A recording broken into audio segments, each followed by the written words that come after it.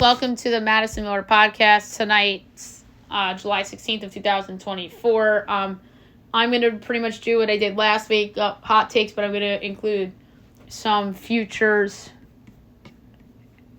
in this as well, but I unfortunately have to start with the assassination attempt of Donald Trump. It was awful. Violence is just, there's no place for violence in this country or around the world. It's just awful. I don't care who you support in this election, but this is obviously terrible. And Donald Trump is very lucky that he's okay and that he's alive. The gunman obviously shot him on the side of the head, and Trump went down, and then security was over there, and Trump eventually got up and did the fist pump, and they escorted him off the stage. The crowd's chanting USA afterward, and unfortunately somebody lost their life in this, as well as a firefighter, and he lost his life, and he was protecting his wife and his daughter at the rally, and then he was unfortunately killed. So thoughts and prayers go out to that gentleman's family that was killed, and it's just going to go down as one of the saddest days in our country's history. And Joe Biden took a day to have his speech. He obviously said all the right things, like how violence shouldn't be involved in elections whatsoever, and he took a lot of heat on social media, obviously, Biden, because he didn't come out with a statement right away, and several other people in his own party came out with statements such as Barack Obama, Nancy Pelosi, Gavin Newsom, Phil Murphy, Gretchen Whitmer, you name it. A lot of the Democrats, Bill Clinton did a joint statement with Hillary. Like, everybody was sending their wishes and prayers to Donald Trump and his family. And I obviously send my wishes out to Donald and his family for a speedy recovery. And this is obviously the biggest story in the news right now. It's going to be a dominant story for a while. And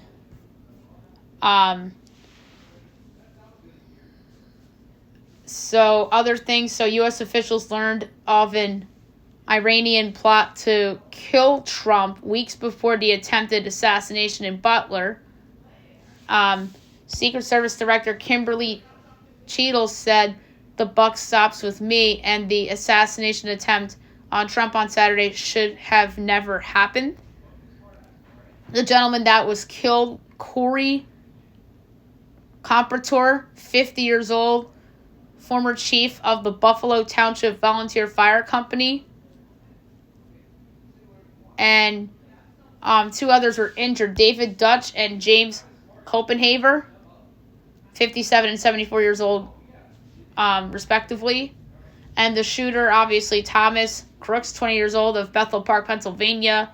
He was a member of a local gun club and worked as a dietary aide at a nursing facility. Apparently he was a smart kid in school. No history of, like, medical stuff. No disability history, apparently.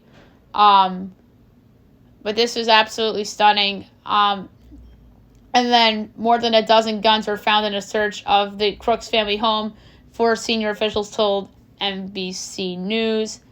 And then all senators meeting to be held about Trump assassination attempt. And in the Butler County, officials focus on supporting victims' families. And then Iran's mission to the UN denies assassination plot. And there's just so many subplots to this. I really don't have time to get into all of this, but we had to, unfortunately, start tonight's show with this story. This took away so much from the world of sports over the past couple days. And if it's a big story like this, of course it's going to dominate the subplots and dominate the news, and just everything else is just on the back burner, unfortunately. So, again, thoughts and prayers to everybody involved in this terrible, terrible situation. And like I said, violence is awful, and I don't tolerate that, and it should not be tolerated in this country or in the world. And I don't care what side you are on politically.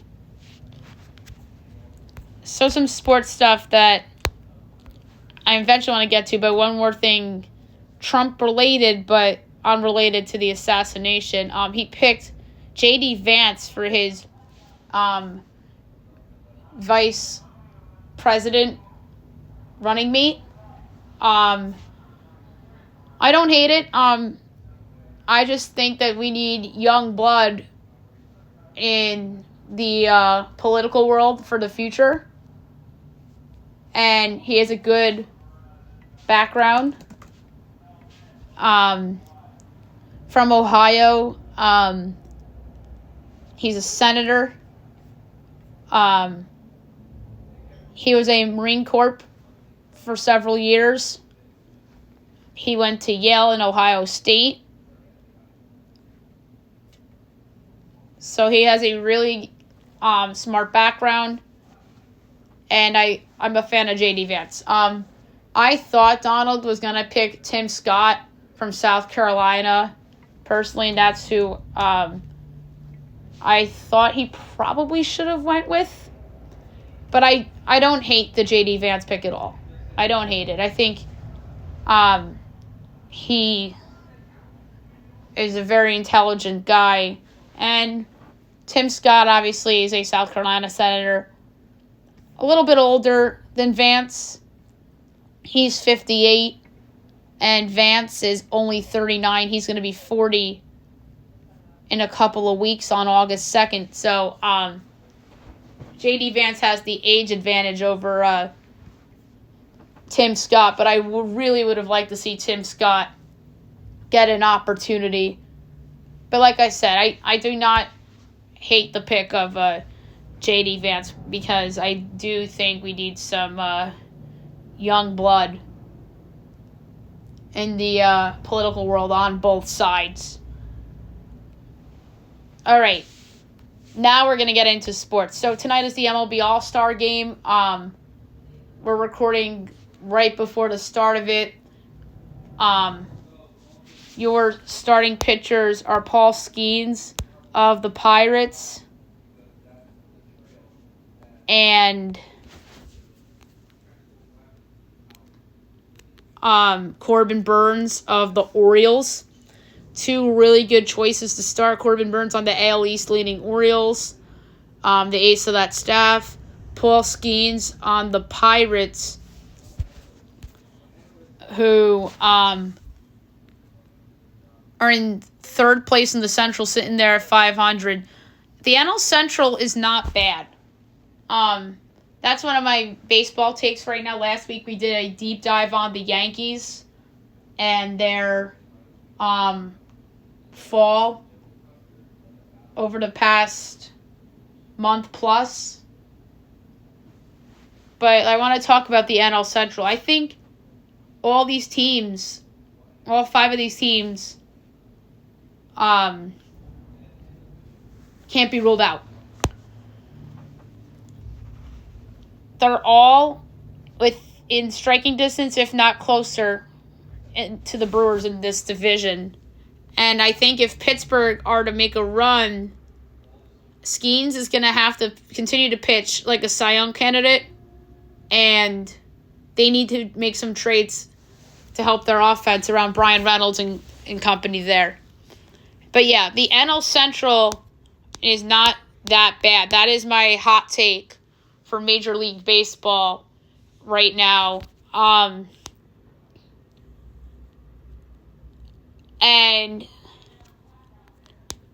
in terms of odds, the American League's favored. Do I agree with that? The best player in baseball is in the American League, so of course the AL is going to be favored when Aaron Judge is hitting cleanup in the All-Star game. But yeah, the AL just dominated the All-Star game. I think they've won literally the last probably 10 or 11 All-Star games. Oh no, the National League finally won one last year. Finally. Yeah, the AL had that streak for a long time. At least 10 years in a row, the AL won, but the NL won. So the managers are going to be Torey Lovullo and Bruce Bochy. I'd pick Bruce Bochy over Torey Lovullo right now in terms of managerial in this game. I mean, not that it matters. Arizona's 1 game over 500. Texas is 4 under 500. But they're only 4 back in the loss column in their division. So I think the AL wins the All-Star game. MVP, I think it's going to be a Yankee. But I don't know if it's going to be Judge. What's Juan Soto for All-Star Game MVP? I don't even have the odds in front of me. A lot of Paul Skeens stuff. All-Star Game. So Shohei Ohtani's an 8-1 favorite. I think the favorite should be Aaron Judge, personally, or Bryce Harper. Because Bryce Harper's just built for a moment like this. Shohei deserves to be up there, but I think Aaron Judge should be 8-1. Shohei should be 9-1. Bryce Harper should be 10. But yeah, my guy Juan Soto sitting there 14-1 for All-Star Game MVP. I like that pick a lot. So I'm going to give that out to you as my first little bet for this game. And the AL's only minus 118 to win the game. Oh, we could do a same-game parlay in the All-Star Game. That's pretty cool.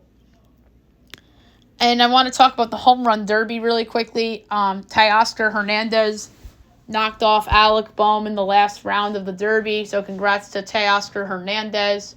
It's always fun to see a different kind of player that isn't typically in this game win the home run derby. So that is pretty cool.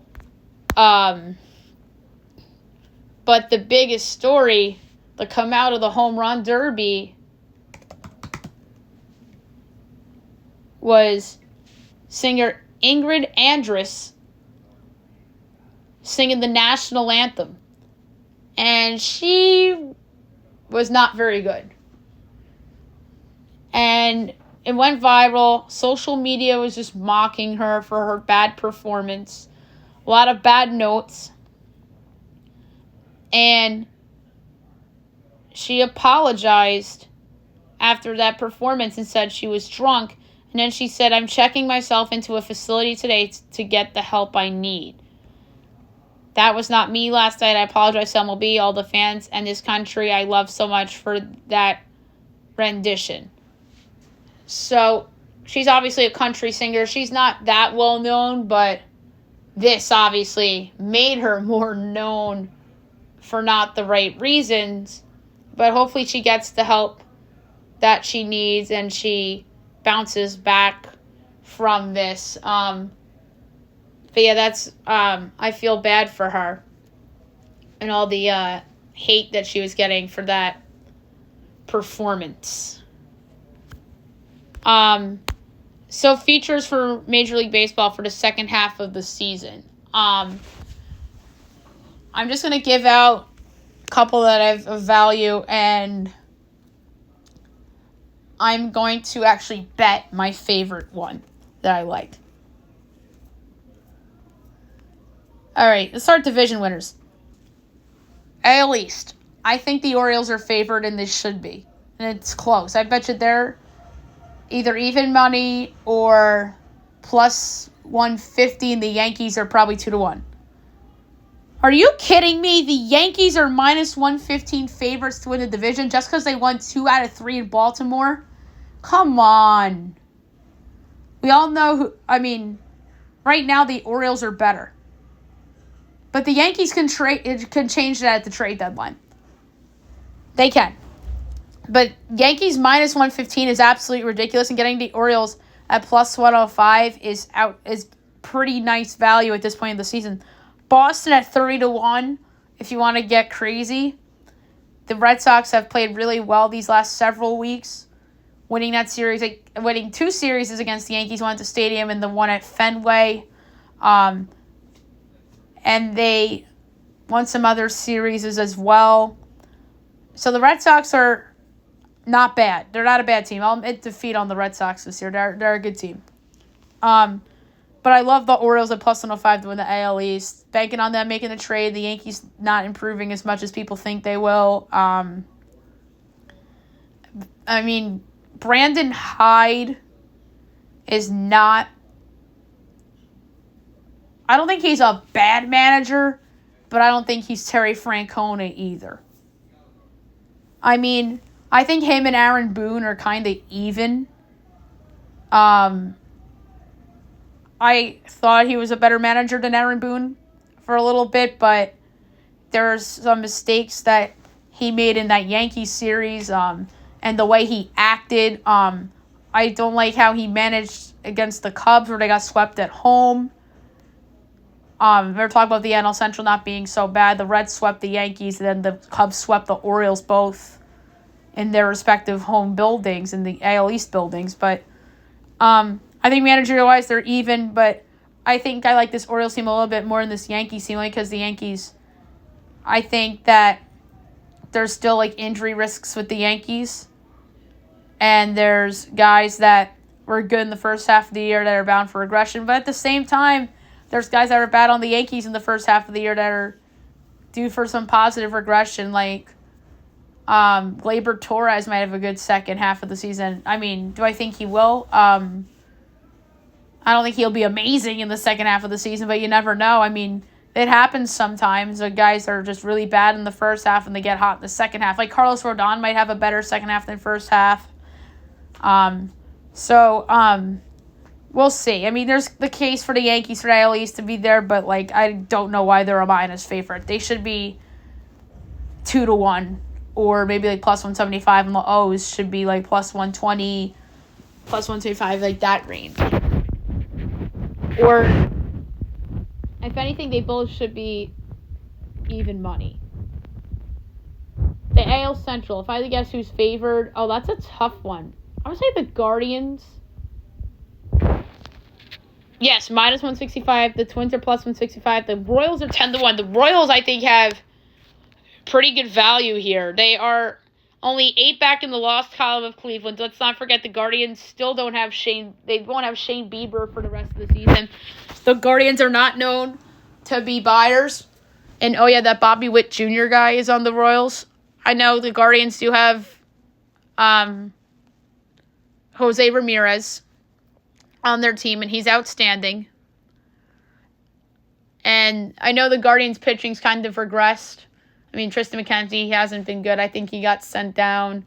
But maybe the Guardians at the deadline. I could be wrong about this, but the Royals at 10-1 is probably my favorite division long shot. I like that number better than the Orioles number. I wish but I would bet the Orioles at plus 105. What I would do is I'll parlay the O's with some other teams. Maybe I'll bet the Royals separately. You know what I mean? So the AL West, if I had to guess who's favored, it's Houston. And I think Houston should be favored. No, Seattle's favored. Minus 125. Hey, don't freaking get it. The Astros should be favored. The Astros just got off to a bad start. Guess what, folks? They're back. This team's not going away. Justin Verlander and Kyle Tucker won't be traded. I was the one screaming for them to get dealt to the Braves when the Astros were off to a bad start, but the Astros should be favored in this division. I would bet them with the Orioles. And the Astros right now are tied in the loss column in the division. The Mariners have just played 2 more games. It's the same thing with the Yankees and the O's. Yankees and O's are tied in the win column, but the Yankees have just played 2 more games. So I do like the plus 120 Astros thing, but the Rangers are only 4 back in the loss column, and they're 8-1. So the Rangers at 8-1 is not a bad bet either. You're just banking on the veterans on that team to turn it around and betting on them not having a sell-off at the trade deadline, like some people have been speculating that could in theory happen. The NL East, who I think's favored? Philly, and I think they're over minus 250 because of the Braves injuries. They're 6-1. That's crazy. That's freaking crazy. So they are 8 up in the loss column on the Braves. They're up 8.5 games altogether. So that's kind of a wrap. But what's the Braves number? Plus 470? If they had Acuna and Strider, then I probably wouldn't hate that number so much. NL Central, who do I think's favored? Milwaukee, because they're in first.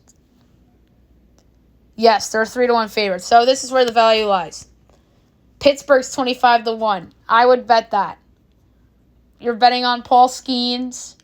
You're betting on them making an addition or two at the deadline. Cardinals are plus 450. They are 4 back in the loss column of Milwaukee. They're kind of like the Yankees. They're like the NL's version of the Yankees, some veterans and some youth. But the difference between those two teams is that one of them has Aaron Judge and Juan Soto on it, and the other does not. To me, Goldschmidt and Arenado are kind of like Rizzo and Stanton on the Yankees. Like, they're kind of not... I mean, I think Rizzo's washed. I think Stanton maybe proved in the first half of the season that he wasn't completely washed. But Goldschmidt looked washed earlier in the year. And Arenado just is kind of like Stanton. He has a bad contract. Like, those 4 are kind of all similar veterans in a weird way. Like, they were once stars, but they're not really stars anymore. And then you're just betting on the Cardinals making an addition at the trade deadline. The case for the Cubs. Big trade deadline addition. And that team kind of turned it around a little bit by sweeping the Orioles. They are in last, but they're only 12-1. That's because they're the name brand team. They're kind of like, they're the Yankees of that division in terms of the big market and the fans. And they have Craig Counsell. So they're 9 back in the loss column, the Cubs. The Reds are 16-1. They're 8 back in the loss column. They're 8 back in general. The case for Cincinnati is that their youth carries the way, like Ellie De La Cruz and all those young guys on their team, and their pitching steps up. But the Pirates number 25-1 I really, really like. They're only 500, and they are 6 back in the loss column. So, and then they have Paul Skeens. So 25-1, the Pirates is probably my favorite division bet on the board. That and the Royals, but I like the Pirates one actually a little bit better because of the number. The Dodgers, I think, are astronomical favorites to win the West. They're only 7 games up on the D-backs and the Padres. Do they have... So the Phillies are 6-1. Dodgers are probably like 5. They're 30-1. That's ridiculous. No team gets more favoritism in the betting market than the Los Angeles Dodgers. I mean, some may say the New York Yankees. I think that's true when it comes to the American League. But in all of baseball, it's absolutely the Dodgers. I think the Padres and the D-backs have some value at 25 and 3-1 respectively in that division. Mookie Betts is still hurt on the Dodgers. Bobby Miller got demoted. Dustin May's out for the year. Yamamoto's on the 60-day IL. A lot of things are going wrong for the Dodgers. They kind of slumped into the All-Star break, kind of like the Yankees did, but nobody was talking about the Dodgers because the AL East is so much better than the NL West, and nobody freaking cared that the Dodgers were sliding. Everyone in America cared that the Yankees were sliding because of the tough division they're in, and the Dodgers, everybody just gives them the benefit of the doubt because of the division they're in. But I don't know if Los Angeles is giving them the benefit of the doubt. I'm talking about the national media. It feels like they're giving them the benefit of the doubt. But yeah, I think San Diego at 25-1 is really interesting. They added Araz. They have Machado. Machado's kind of like... I don't think Machado's more on the Arenado, Goldschmidt type of former star level yet. To me, he's kind of like Bryce in a sense. Like Bryce Harper. Like, I'm like, they're still stars and you gotta give them credit kind of level. Like, he's like that to me. And he still is capable of carrying a team. And same with Bryce Harper. I don't think that much that way about Paul Goldschmidt and Nolan Arenado anymore. And obviously those two guys from the Yankees, Rizzo and Stanton, used to be like that, but not anymore. I mean, they're lucky to have Judge and Soto there, but... Man, Machado, I think, is still capable of putting a team on his back, like how Bryce Harper is in Philly. And obviously, Bryce is injured right now, and the Phillies are getting away with him being hurt and Kyle Schwarber being hurt. They're getting away with that because of Atlanta and their injuries, and they haven't played the Mets since the Grimace run. So my favorite division bet is Pittsburgh to win the NL Central at 25-1. That's the one I'm going to bet on because they're only 500. They're 6 back in the loss column. Skeens is an ace, and maybe they added the deadline, and I really don't trust Milwaukee. Awards. AL MVP. Aaron Judge is probably a minus 200 favorite.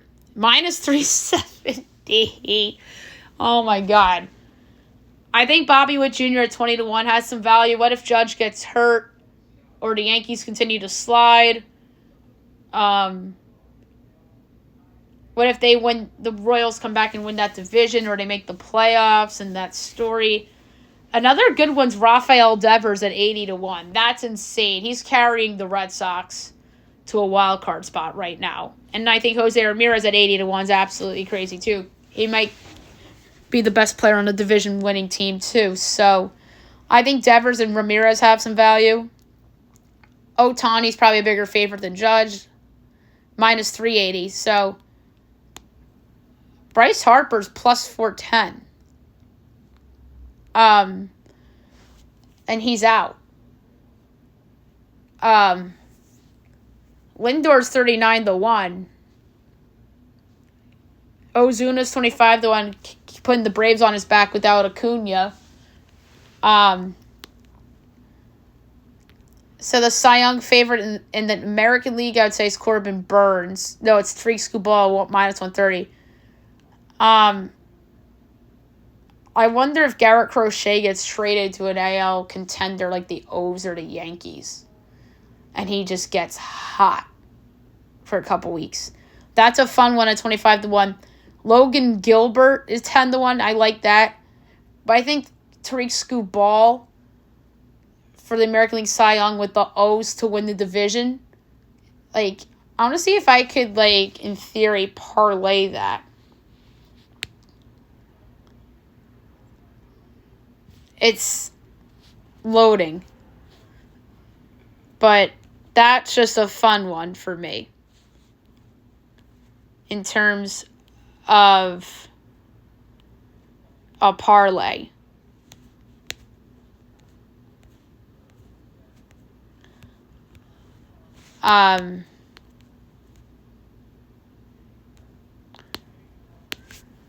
So the National League Cy Young, what's Skeens' number? 5-1. I like that one a lot as well. I just think that those other two guys are favored over him because they're on better teams. Ranger Suarez 32-1 is interesting, but he's on the same team as Zach Wheeler. Rookie of the Year, what's Hessen Schersted's number? Or I'm sorry, Colton Cowser. 11-1. Because Scherstedt is 50. He obviously was the one that got thrown at by Clay Holmes by accident. Yankees first baseman Ben Rice is 25-1. I mean, the reason why those jumped because he was hot for a couple games. He had the 3-homer game against Boston. He's on the Yankees. He would have been nice to get at a different number. I like Colton Cowser at 11-1. Wyatt Langford's the favorite at plus 135. He passed Luis Hill because Luis Hill had that slump. National League Rookie of the Year, the favorite Skeens is minus 1100. That's a lock. There's no value on anyone else unless if Skeens gets hurt. Imanaga was the favorite for a little bit. American League Manager of the Year. I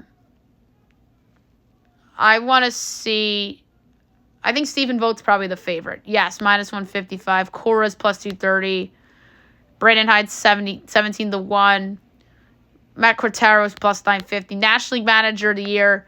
The Milwaukee manager has to be favored. Yes, Pat Murphy's even money. Rob Thompson is plus 125. Mike Schilt is 17-1. Derek Shelton's also a fun one at 60-1 in case Pittsburgh wins that division. I actually like that one as well. That's so funny. Comeback Player of the Year, American League. I mean, I have a future on Carlos Rodon for that, but he had that slump, so he won't win it. Giancarlo Stanton got hurt, so he won't win it. I don't know who the favorite is. It's Garrett Crochet at minus 120. That makes sense. And then National League Comeback Player of the Year, Chris Sale's going to run away with that one. Although Luis Severino will get some votes. He's 5-1. Reliever of the Year, American League. Well, that's a tough one. It's probably going to be Class A of Cleveland. Yeah, minus 600. Mason Miller's 5-1. Clay Holmes is 29-1, but he's blown 20 saves. Same with Kimbrel. He's 50-1. Kenley Jansen's 80-1. He has the same reputation as Kimbrel. National League Reliever of the Year. Ryan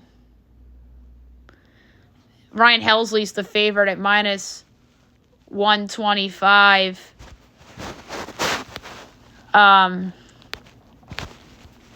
So that makes sense from the cards. So yeah, the Pirates futures are my favorite. The 25-1 and the 60-1 for the Manager of the Year with Derek Shelton. So that's baseball futures. All right, I want to talk football for a couple minutes. So it was reported today by Adam Schefter that Brandon Ayuk of the 49ers has requested a trade. That's not surprising. There's no contract done. And he's a very good receiver. But my question is he a number one?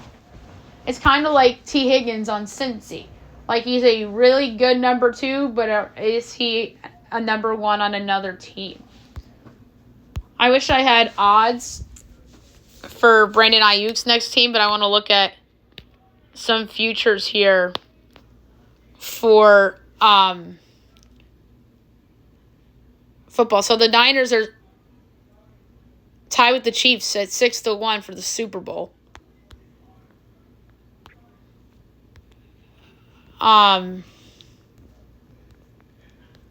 So for the conference, the Niners are plus 290. The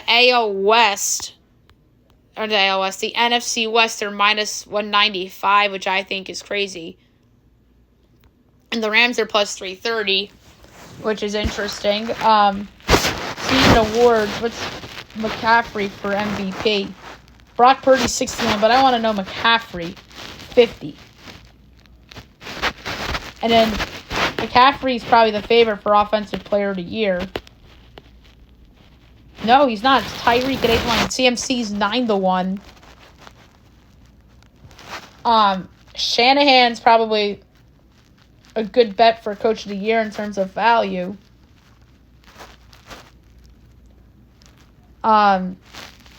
He is Jim Harbaugh's the favorite at 9-1, of course. I'm trying to find his number. 40-1. He has the same odds as Sean McDermott, Doug Peterson, Nick Sirianni, Zach Taylor, and Brian Daboll,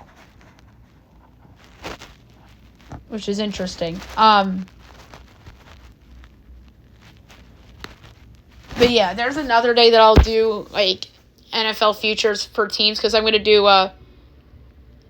hopefully it'll be 32 teams in 32 days, and which will lead to the season.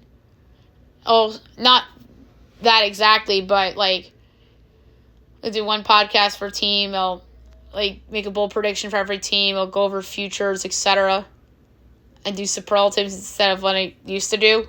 I kind of did that for baseball this year, but I want to do it for football as well. So I just wanted to talk some Niners futures, and I want to look at like other futures. So like a team like the Bills can really use Ayuk because they lost Diggs, and now we don't know who their number one is. They're plus 165 to win the division. With Ayuk, that moves. Josh Allen for MVP is 8-1, which is ridiculous.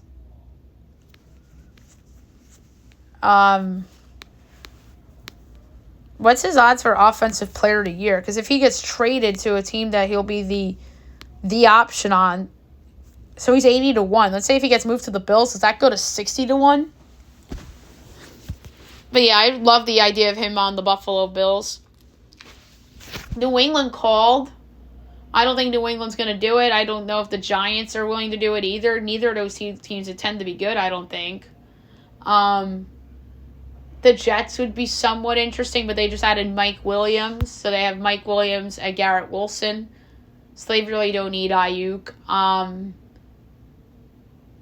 I wonder if the Cowboys would be interested, because they've yet to lock up CeeDee Lamb.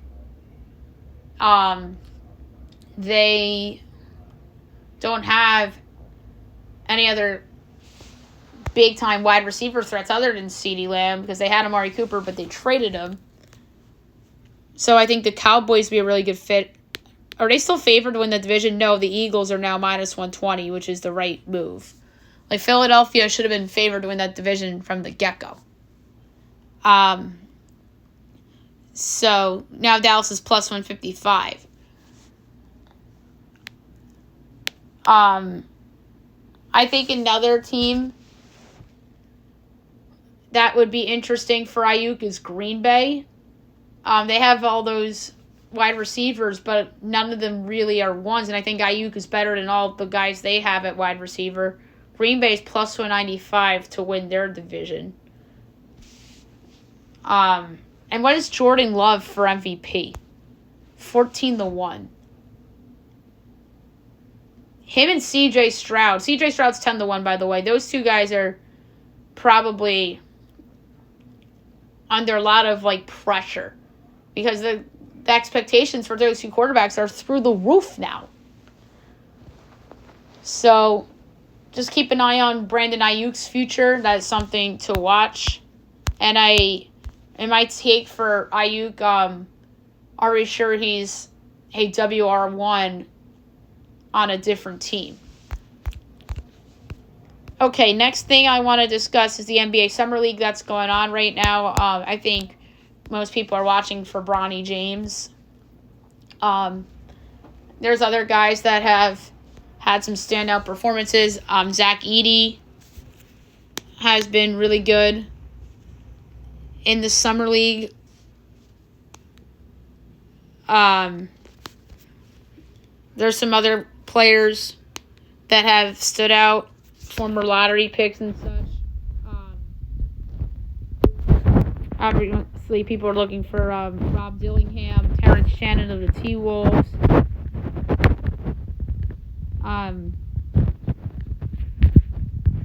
among those that were watching. So,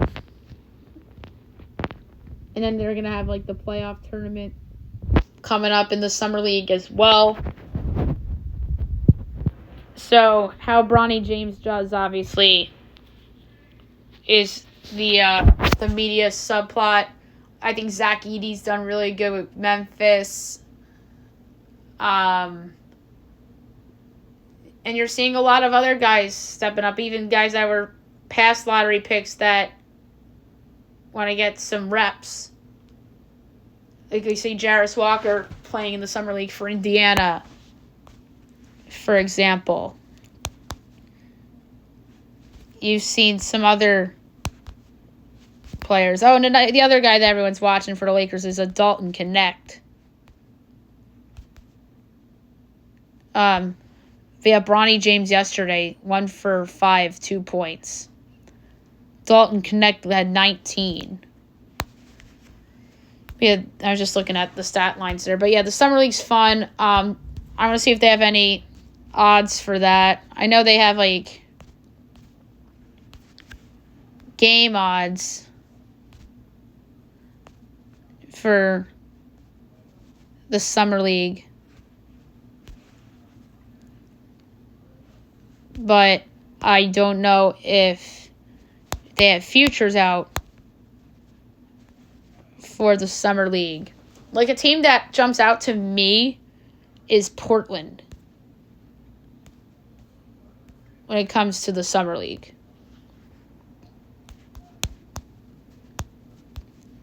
But yeah, the Summer League odds are not up yet in terms of the Summer League championship. But yeah, I want to look for those because I'm interested in Portland for that, or Charlotte even. I wanted to talk about NHL and WNBA futures, but I really don't have time for that. So now I'm going to give out my pick for the Open. I usually would give out golf on my Wednesday shows. Scotty's the favorite at plus 450. Rory's plus 850. Sanders 11. Levi Gayberg and Colin Morikawa are 16. Bryson's 18. John Rahm, Tommy Fleetwood, Tyrell Hatton. I'm sorry, Rahm and Fleetwood are 25-1. My guy Brooks Koepka's 35-1. But yeah, the Open's always fun.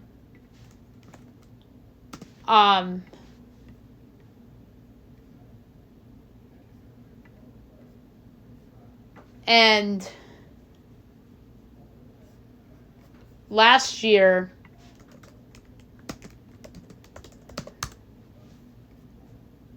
who won the Open last year?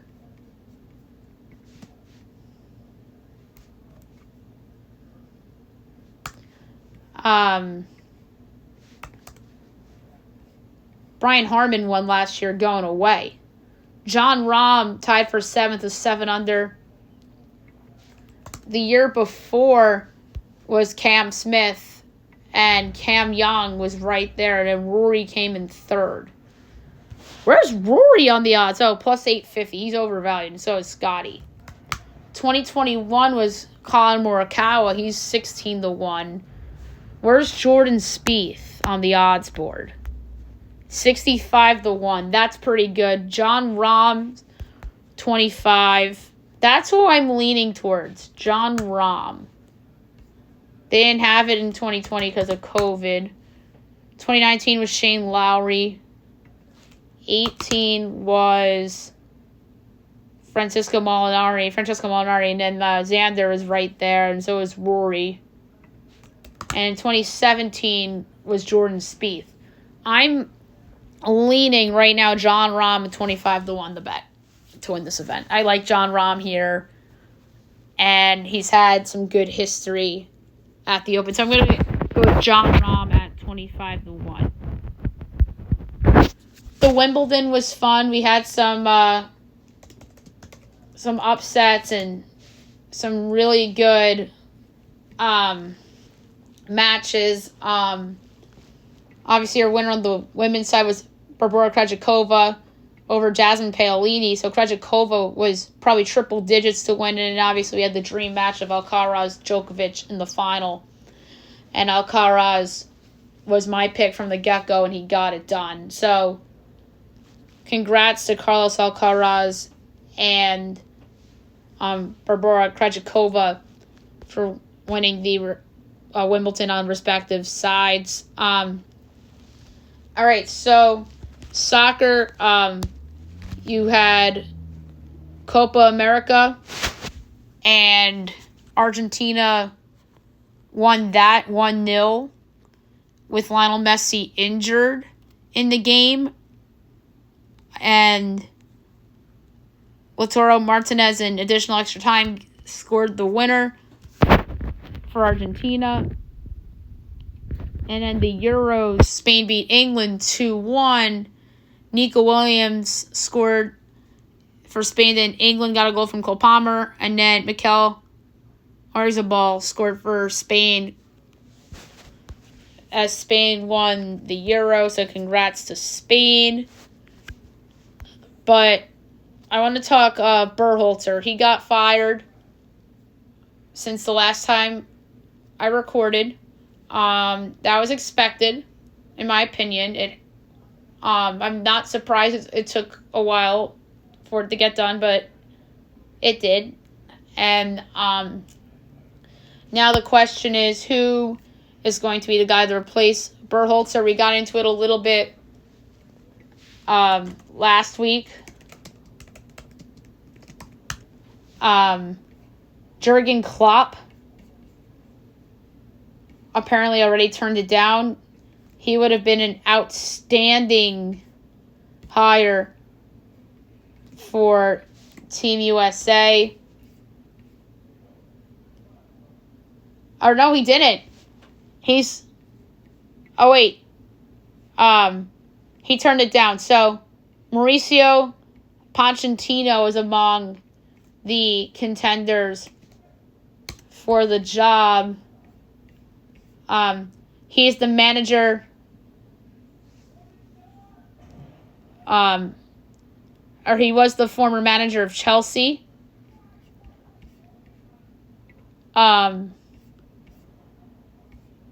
He was with PSG and with Tottenham. Like, he bounced around a little bit, so he has some experience. I think Pochettino would be a really good hire for Team USA. My favorite coach is Steve Cherundolo for this job. I really like him. He took LAFC to 3 straight. Was it 3 title games in a row? Or back-to-back title games and he won 1? I think it was back-to-back and he won 1. And obviously they lost to the Columbus Crew in the title game. People have thrown out Jim Curtin from the Union, but the Union have had a disappointing season this year. And I don't know if a change of scenery will do Jim Curtin wonders or not. Maybe it would.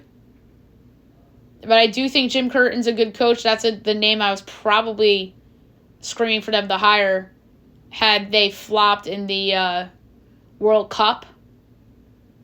And obviously Berhalter saved his job in the World Cup. Or he was technically a free agent, but they got the deal done to keep him. That's what happened. So Steve Cherundolo, Jim Curtin, Mauricio Pochettino. But yeah, those are among the contenders, in my opinion, for the USA job. Okay, the Olympics schedule. I'm not going to do my Olympics show yet.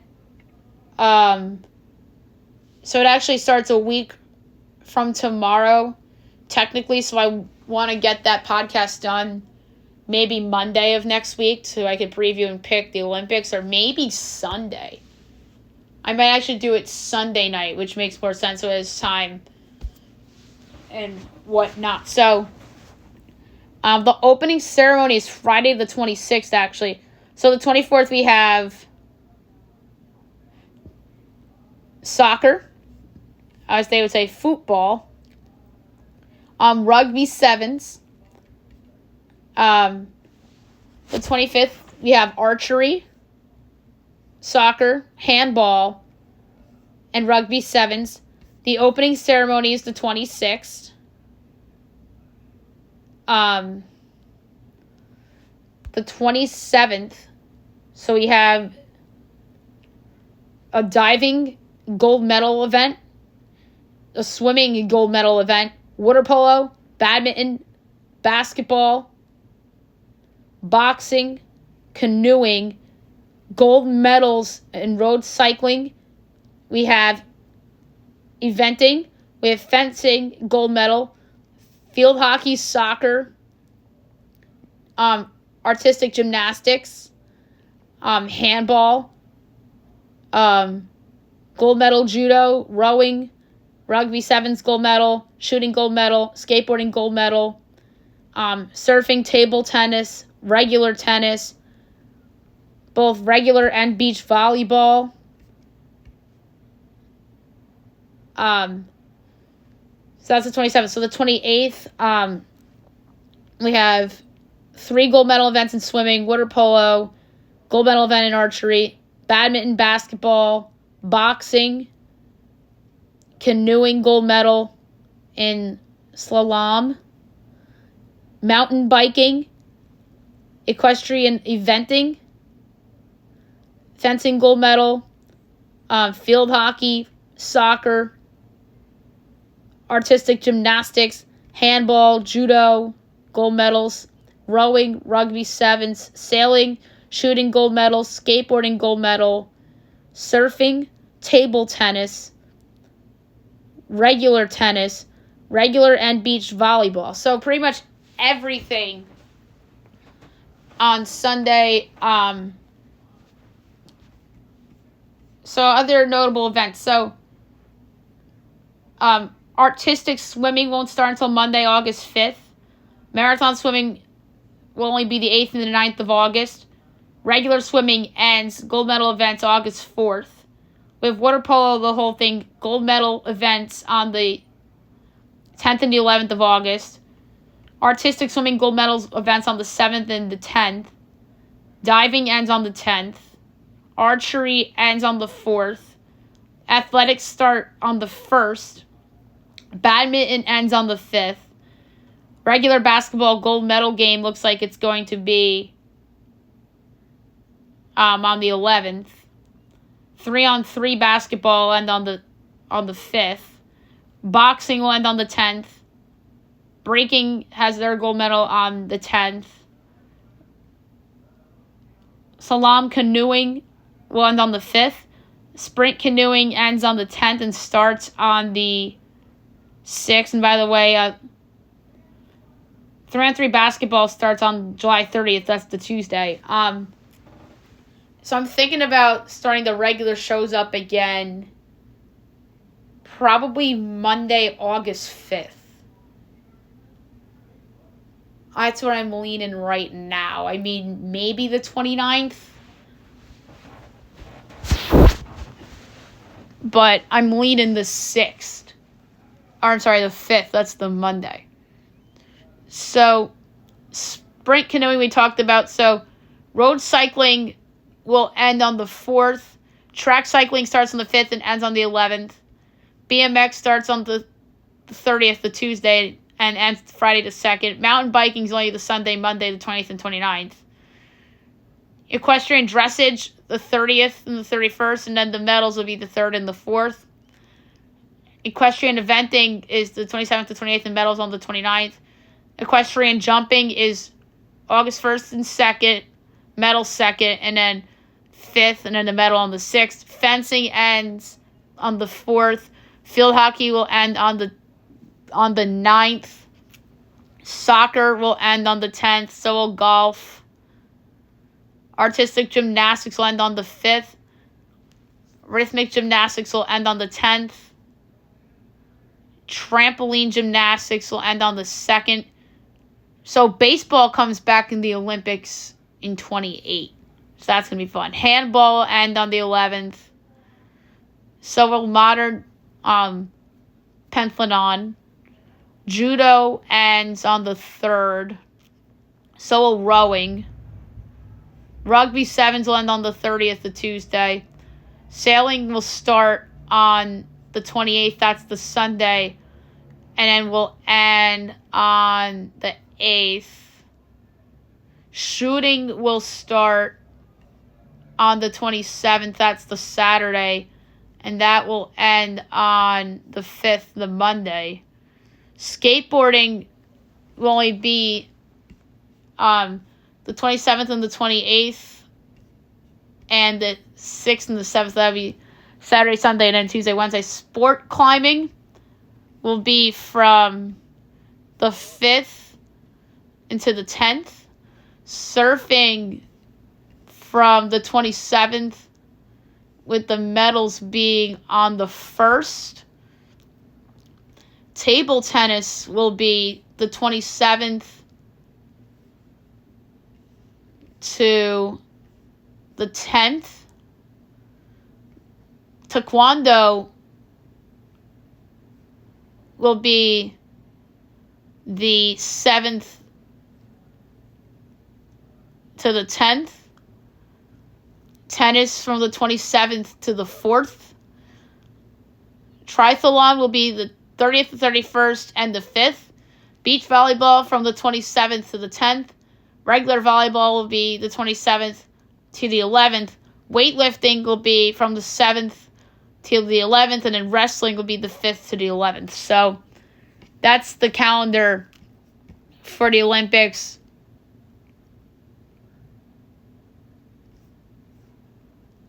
And it's going to be fun. I love the Olympics. And we're actually,